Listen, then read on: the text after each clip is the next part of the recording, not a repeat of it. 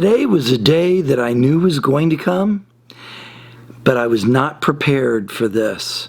It was quite a sad day here in Miami. A lot of us are really bummed out right now. Miami has the Dolphins, the greatest football team. We take the ball from goal to goal like no one's ever seen. We're in the air, we're on the ground, we're always in control. And when you say Miami, you're talking Super Bowl, 'cause we're the Miami Dolphins. Miami Dolphins, Miami Dolphins #1. Yes, we're the Miami Dolphins, Miami Dolphins. Hey guys, up here in the corner here, I'm going to do a little bit of a workout. I did shoulders. I just did a couple of exercises that I filmed. The rest of it I didn't film. But I did this on Saturday. I was feeling a lot of inflammation in my shoulders. I've had a cortisol problem. I can't even really make a tight fist right now because of the arthritic problems. So it's causing me grip issues too. So part of getting old, and it's also the stress that's going on right now. This stress that we're under with the coronavirus is just, it's doing a number on old folks like me.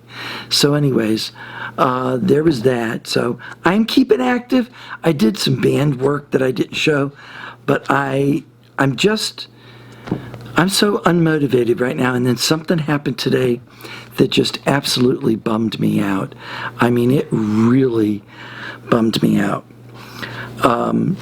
Somebody that I grew up with, he was a legend in my time, and he's a legend in his own time, and that's hard to do. And that was the head football coach, the former head football coach of the Miami Dolphins, our professional football team in Miami.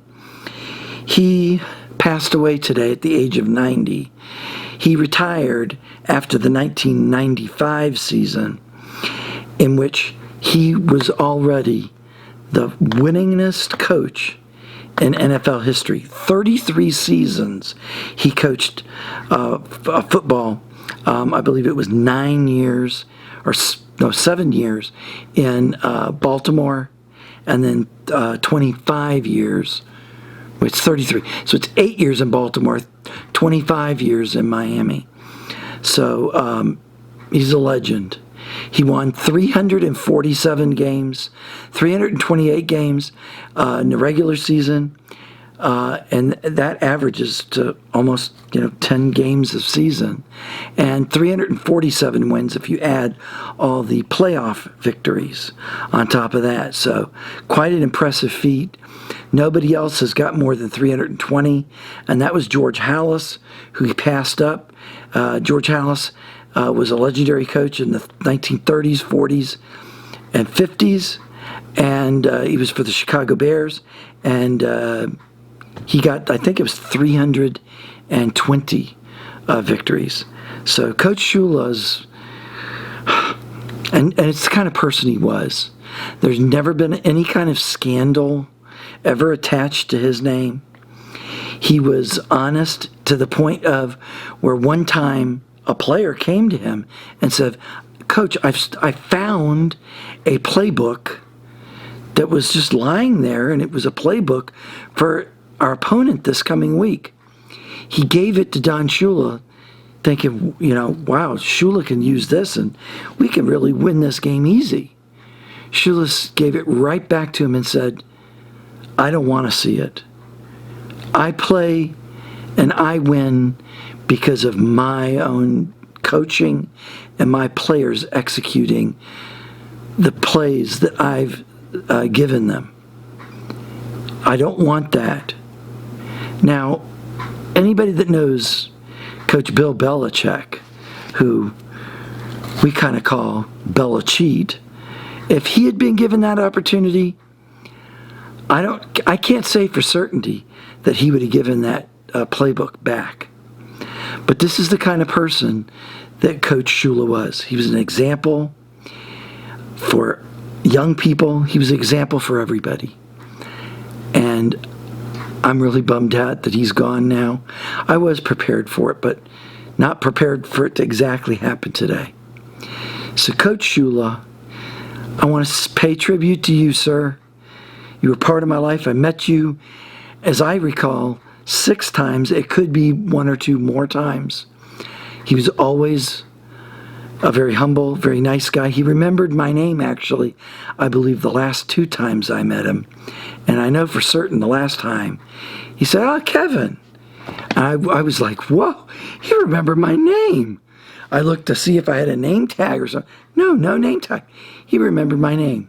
I worked at a vet when I was a teenager and into my 20s because Publix, where I worked on Tuesday nights, Thursday nights, and Saturdays, was closed on Sundays. It was the grocery store. Yeah, grocery store was closed until 1985 on Sundays.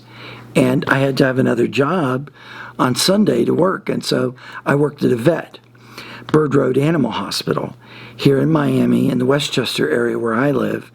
And it was over on Bird Road, right next to the Palmetto Expressway. And one of the off-season Sundays, and I think it was before I was married, so it was like 78, 79, sometime in that era. Coach Shula came in and actually brought his dog, who was named Zonk for Larry Zonka. And those that are NFL aficionados know exactly who Larry Zonka was.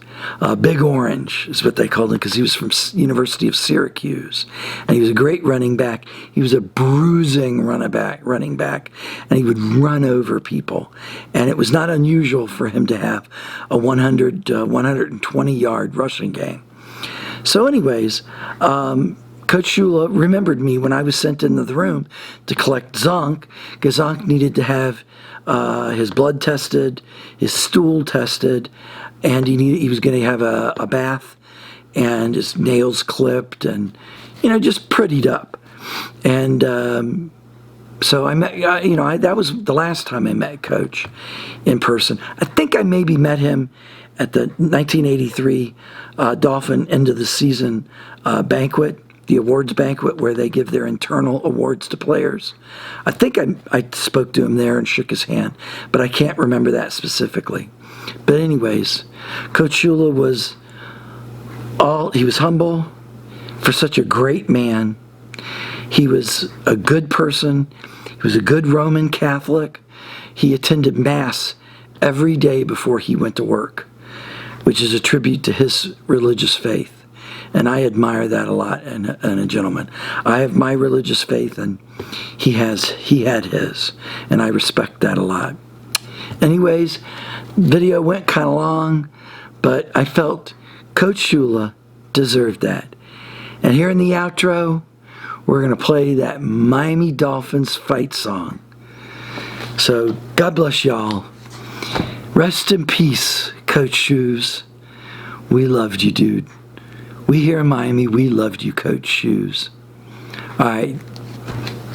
See y'all later. Take it easy, teasy, and peasy. Love y'all. Bye-bye. Miami has the Dolphins, the greatest football team. We take the ball from goal to goal like no one's ever seen. We're in the air, we're on the ground, we're always in control.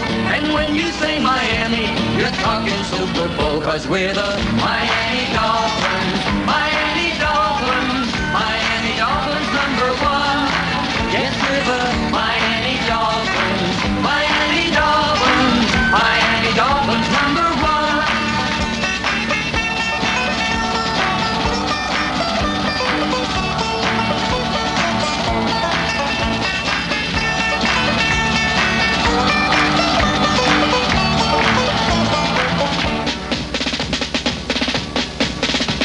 Miami has the Dolphins, the greatest football team.